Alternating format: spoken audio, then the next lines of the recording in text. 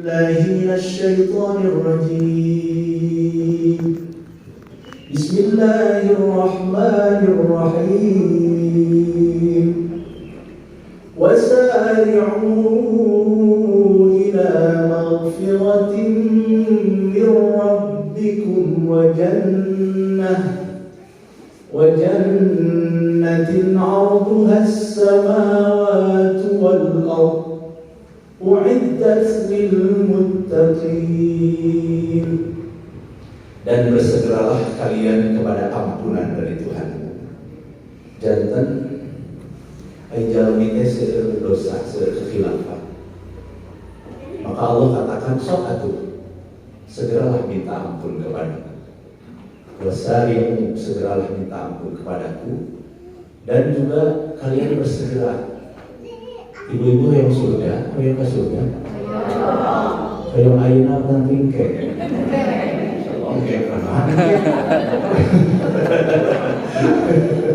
Insyaallah. Jantan ampunan Allah itu selalu diiringi dengan surga. Alias senang abdi mah ka surga mah kumaha Allah we. Ke surga itu yang penting mendapatkan rahmat dari Allah. Betul. Memang Allah yang mempunyai hak prerogatif siapa yang ke surga, siapa yang neraka. Tetapi kenapa Allah menurunkan para rasul, menurunkan Al-Quran, menurunkan aturan-aturan, menurunkan hukum? Tentu supaya Allah mengetahui siapa yang layak masuk ke surga. Maka surga ini luasnya katanya seluas langit dan bumi, dan diperuntukkan hanya bagi orang yang takwa. Kita jadi bertanya, ini nulis surat takwa namun الذين ينفقون في السراء والضراء والكاظمين الغيظ. Nomor 1, orang yang bertakwa itu orang yang menginfakkan hartanya baik dalam keadaan lapang maupun sempit. Masya Allah. Dia ayah acara halal bihalal, Pak RW memperkenalkan para RT kumaha ya, kas cuma ada segini. Waduh, kita semua harus bagaimana? Ternyata yunfikuna fis sabar wad dharra. Para ketua RT siap untuk menyumbang dalam keadaan lapang maupun sempit. Wah, ini luar biasa. Tepuk tangan untuk kita. Itu berarti satu ciri takwa sudah ada di kita dalam rentengan kita.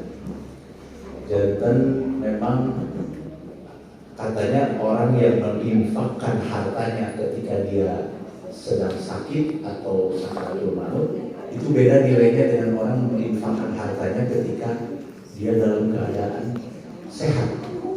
Dia tubuhnya sehat, tapi pesaknya menuju kurang sehat, tapi dia tetap berinfak walaupun sedikit. Oh, itu luar biasa.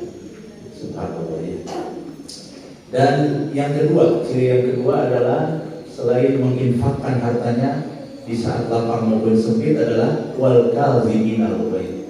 Dia yang mampu menahan amarahnya, mampu mengontrol emosi. Ada masalah di keluargaan, Pak RW tetap bisa mengontrol emosi. Para RT dengan keluhan-keluhan masyarakat tetap bisa mengontrol emosinya. Jangan sampai mengeluarkan kata-kata yang menyakiti warga. Jangan sampai mengeluarkan satu ungkapan-ungkapan yang bisa membuat kita tadi bercerai-berai. Nah, ini berarti wal kaziminal ghaidh ini juga salah satu ciri seorang pemimpin, mampu mengontrol emosi, mampu mengendalikan amarah. Yang ketiga, wal kaziminal ghaidh wal afina 'anil nas. Masya Allah. Tosmah tiasa mengontrol emosi, tosmah tiasa nahan amarah, wal afina 'anil nas. Dia bisa memaafkan kesalahan-kesalahan manusia. Dia bisa memaafkan kesalahan orang lain. Itu disebat-sebat atau yang lalu biarlah berlalu. Yang penting ke depannya kita seperti apa, yang penting kita tetap ke depannya saling bekerja sama dengan orang. Jadi memaafkan kesalahan. Kesalahan di mana? Kesalahan di keluarga, kesalahan-kesalahan di lingkungan masyarakat. Banyak sekali pasti kehilafan dan kesalahan. Kadang-kadang sebagai manusia kita lupa gitu ya. Maka momentum Fitri ini, halal bihalal ini, mudah-mudahan kita bisa saling memaafkan sebagai salah satu ciri orang takwa, memaafkan manusia. Ayat berikutnya adalah wallahu yuhibbul muhsinin. Allah mencintai orang-orang yang muhsin. Muhsin itu orang yang gemar berbuat baik. Jadi orang takwa itu pasti baik, Bu. Tidak mungkin orang takwa itu tidak baik. Dan ciri-cirinya yang seperti tadi. Nah, ayat berikutnya ini menarik. Wa idza fa'alu fahishatan aw dzalamu anfusahum. Dan apabila seorang itu melakukan sesuatu perbuatan yang kurang baik, yang keji, aw dzalamu anfusihim, atau dia menganiaya dirinya sendiri, perbuatan jadi. Sekarang ini memang betul kata Pak Jarod tadi, Masya Allah, diingatkan anak-anak kita ini sekarang tidak sadar mereka di brainwash. Brainwash itu cuci otak, termasuk kita mungkin ya, supaya mengikuti apa yang diperintahkan oleh gadget ini. Jadi gadget itu, Bu, katanya kalau kita senang terus melihat gadget kan scrolling teh daya hentinya Allahu Akbar terus scrolling. Udah beres Allahu Akbar terus komat Allahu Akbar terus scrolling. Nah, itu ketagihan. Ketagihan itu menimbulkan satu zat yang namanya dopamin. Dopamin ini zat yang muncul di otak kita kalau kita senang melihat sesuatu. Wah, seresetan tinggal di minum gadget ya, wah terus tinggal di TikTok, tinggal di Instagram, terus. Di otak kita akan timbul dopamin. Kalau berlebihan, di dopamin ini bisa menimbulkan ketagihan. Ini memang kesalahan yang harus disadari karena biasanya orang tidak sadar. Yang namanya internet makan benten sarang ceramah gitu ya. Kecuali kalau kita nonton di internet, nonton ceramah. Itu mas saya nonton YouTube, kita pergunakan untuk melihat para ustadz, para kiai gitu ya, untuk mendengarkan tausiah. Akan tetapi apabila yang kita lihat itu sesuatu yang bisa menimbulkan dopamin tadi, sesuatu yang negatif di otak, tetapi menimbulkan seolah-olah di otak kita itu sesuatu yang enak. Cuman enaknya ini berbahaya kalau lama-kelamaan. Dan anak-anak kita bisa berubah perilakunya tanpa kita sadari. Mudah-mudahan jadi gini ya. Jadi ngelawan orang tua gitu ya. Susah disuruh, kamu suruh ini, ntar aja. Itu terakhir mau pengalit aduh, gadget itu, tombol akan sanes-sanesnya. Abdi di bumi aduh, karena gadget memang barulah tuh sangat harus didisiplinkan. Waktu gadgetnya satu hari misalnya dibatasi maksimal berapa jam. Bahkan katanya penelitian itu orang harusnya anak kecil itu tidak boleh dikasih gadget harusnya usia SMP lah, itu pun hanya untuk hal-hal tertentu yang berkaitan dengan belajar. Tapi susah kita sekarang, kurangnya tidur tiba-tiba HP pas bangun kamarnya HP wah gini terus. Dan itu masuk ke pikiran dia. Dia mau sholat aja, terus, baru sholat dulu, ntar. Itu entar, jadi gak gerakan apa-apa entar. Salah satu caranya adalah ya kita membatasi kepada anak-anak kita gadget itu karena sudah tidak sadar ya ibu. Kita juga kadang-kadang dengan TikTokan dengan apa juga itu kalau menurut saya lebih berbahaya daripada narkoba. Karena kalau narkoba itu orang untuk belinya saja mungkin berpikir 2 kali ya. Untuk mengkonsumsinya mungkin dia berpikir 2 kali karena selain mahal juga mungkin narkoba ini langsung dianggap kriminal. Tapi siapa yang bisa menganggap HP itu kriminal? Dan sekarang tidak disebut kriminal HP. Padahal kebebasan di dalam medsos itu kalau menurut saya sudah terlalu sudah berlebihan. Regulasinya tidak bisa di tingkat RW-an mungkin Pak. Itu harus nasional. Tapi kalau kebijakan di nasionalnya ini HP tidak dibatasi ya susah juga. Mudah-mudahan pembatasnya itu adalah keimanan kita, benteng kita. Makanya lebetkeun barudakna ngaos ka masjid, ka majelis taklim, ka TPA, sadayana kedah ngaraos. Menuju ngaos HP-na teu kene aya artinya ngaos meuleres terus dibahas arti-artinya. Terus salah satu sebetulnya kekuatan waktu Abi Alit sareng Kang Ari, Kang Ade nya emut pamitan video Alit itu selalu ada nadoman-nadoman.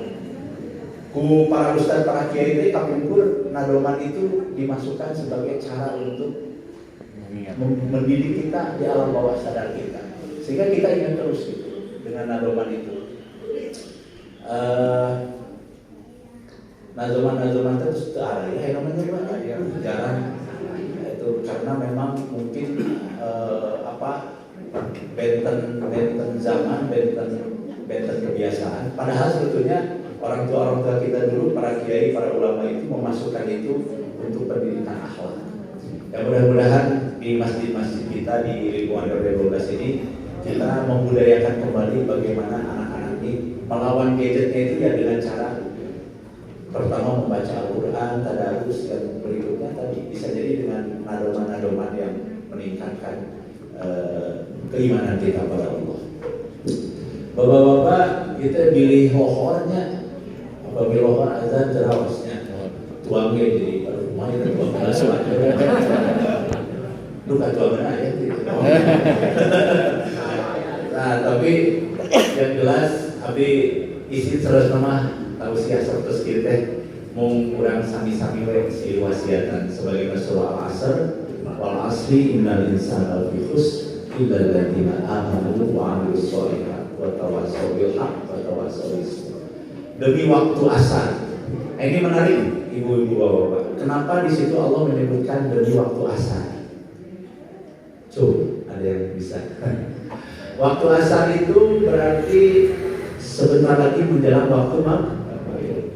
Demi waktu asar, para ulama menyebutkan maksudnya adalah di dunia ini kita hidup pendek, hidup sementara, yang abadi itu nanti di akhirat. Jadi waktu asar itu adalah menjelang kematian kita sebetulnya. Wal asri, demi waktu asar, mana kita cari payah itu maksud Allah. Sampai ke maghrib, mana kita cari maghrib, matahari sudah tidak ada, senja sudah turun gitu ya. Akhirnya gelap yang akan datang.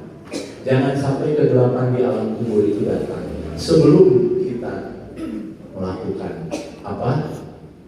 Innal insana lafi khusr. Seluruh manusia pasti rugi, pasti akan mendapatkan kegelapan di alam kuburnya, di dunia barang juga, di dunia di alam kubur. Sudah alam kubur kita masih ada alam apa lagi? Dibangkitkan nanti di alam mahsyar. Panjangnya ini kalau berapa itu? Di dunia yang diberikan oleh Allah hanya umur sekian tahun, masya Allah. Tapi tadi Pak Haji Maman ya, tiap hari kami tinggal beliau lari. Dua kami sambil paling sekali. Pak Haji Maman tiap bintang sih usia 77 tahun. Mungkin di sini yang sudah di atas 70 ada beberapa. Ini berarti Allah memberikan karunia kehidupan yang sehat. Ibu langsung. Ibu 70? 20 kan? Masya Allah. Iya. Mau dibalikin angka. Tapi ibu alhamdulillah sehat ya Bu ya. Karunia yang paling tinggi dari Allah sebetulnya setelah iman dan Islam itu adalah kesehatan. Sampai ada lagunya itu nilai sehat kata Bang Haji Roma Irama gitu. Kekasih gitu kan tak menghiburkan. Kalau sudah sakit tuh menarina kabogo menamina istri begitu kan mereka bermata tak menggairahkan. Yang namanya kalau sedang sakit tidak ada gunanya harta berlian emas permata. Jabatan tak membanggakan, jabatan tidak membanggakan. Lingkungan tak menggairahkan, lingkungan tidak menggairahkan. Kenapa? Ketika sakit, apabila penyakit bersarang di badan, dunia tak lagi menjadi ukuran. Dunia tidak lagi menjadi ukuran ketika penyakit datang di badan. Itu kalau para seniman itu suka bikin pesan di lagu-lagunya gitu. Cuma memang ada kontroversi lagu itu bagaimana. Tapi yang jelas para ulama, para kiai mengajarkan kita Al-Quran itu supaya lebih mudah dipahami itu lewat tadi lagu nado. Mudah-mudahan sehat semua bapak-bapak ini. Sehat sadayana. Dan sebelum ditutup ini doa sehat mundur. Salah satu sehat itu kan harus makan yang cukup ya dan bergizi. Ditutupkan doa Allahumma barik lana fima razaqtana Tapi itu doa sebetulnya betul. Bukan cuma sebelum makan, tapi hari kelana itu kan semoga Allah memberikan berkah kepada kita dengan makanan yang kita makan. Fima karena rizki di situ bukan cuma makanan, rizki itu kan bisa sehat, bisa sekolah yang lancar, bisa ilmu yang didapat. Wakina adalah dan perihalalah kami dari siksa api neraka. Mudah-mudahan sakedik anu kadugikeun hapunten saudara minal aidin wal faizin, mohon maaf lahir batin, dan kita sambut moto dari RW 12 dengan silaturahmi yang kuat, kita jadikan 12 hebat.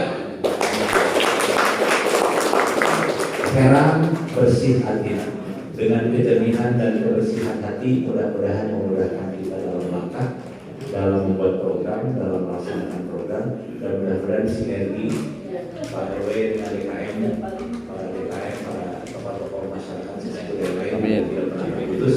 Satu nuhun Pak RW kepada Kang Ayi, Ketua Pendidikan Negara, Kiki, mantap, ini terserta